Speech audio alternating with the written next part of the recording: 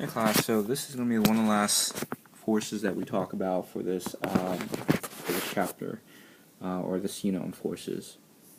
And this force is called centripetal force. Now if I read this, let's start off by reading this straight off as a definition here. The centripetal force is defined as a force that acts on a body moving in a circular path and is directed toward the center around which the body is moving. Now this is going to come off as a sort of general definition, and that's perfectly okay. Before I elaborate on centripetal force, I do want to kind of draw back to what net force was. And if you recall, if we're talking about net force was generically the definition of net force was just the total force. So if we had a force going this way to the right, and we had another force going to the left here, oops, that's not to the left, a force going to the left, and the net force would just generally be a combination of these two.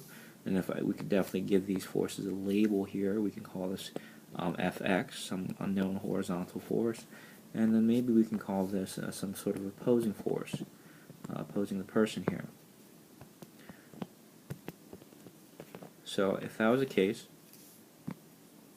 if we have these two forces, the net force would just be the combination of these two, and you might say something like, well, the net force is going to be the force in the x direction subtracted by the force in the opposite direction. However, if we change the circumstances and we just said, hey, there's just a force, there's just Fx, well then by definition the net force would just be Fx because it is the only force existent in our problem. And that's more or less the same idea with centripetal force here, but the only difference with centripetal force, it has a specific sort of direction here, whereas net force is sort of just the total or combination. Centripetal force is also like a combination, except there's a certain condition about it. For centripetal force, it talks about a circular path, and the centripetal force, whatever it might be, it would have to point towards the center. And so if there's either one force pointing toward the center or there's two forces pointing to the center, you would either have to consider the one force towards the center or the combination of forces. The same idea of there could be something opposing that is either going against the force going to the center. You would also have to consider that as well as contributing to this sort of force or the central force aimed toward the center. So it's a similar idea. You have to consider all the forces present and how it affects the central force or the general force going towards the center. Now, if we're talking about this sort of thing going in a circular path here, and let's just kind of draw central force generically here. Central force is going to be aimed towards the center always. Now, a couple things that does depend on here. It does depend on the mass of the object traveling in a sort of circular motion. So it does depend on the mass. It does depend on how far it is away from the circle or from the center. So it does depend on the radius. So if we consider this center right here, if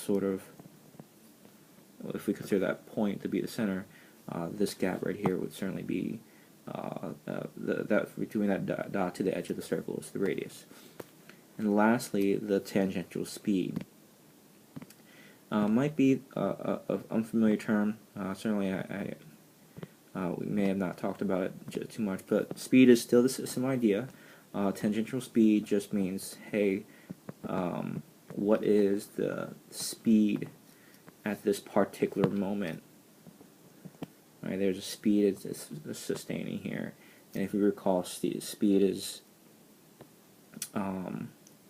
or another way of thinking about it is if you're swinging an object above your head in a horizontal circle, and you were to just suddenly let go, this object would have a speed at that moment if you just suddenly released it.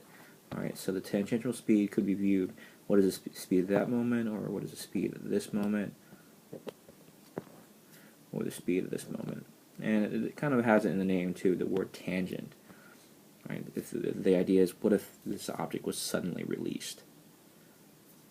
So, for centripetal force, centripetal force is going to be defined by the mass of the object here times the tangential speed squared divided by the radius.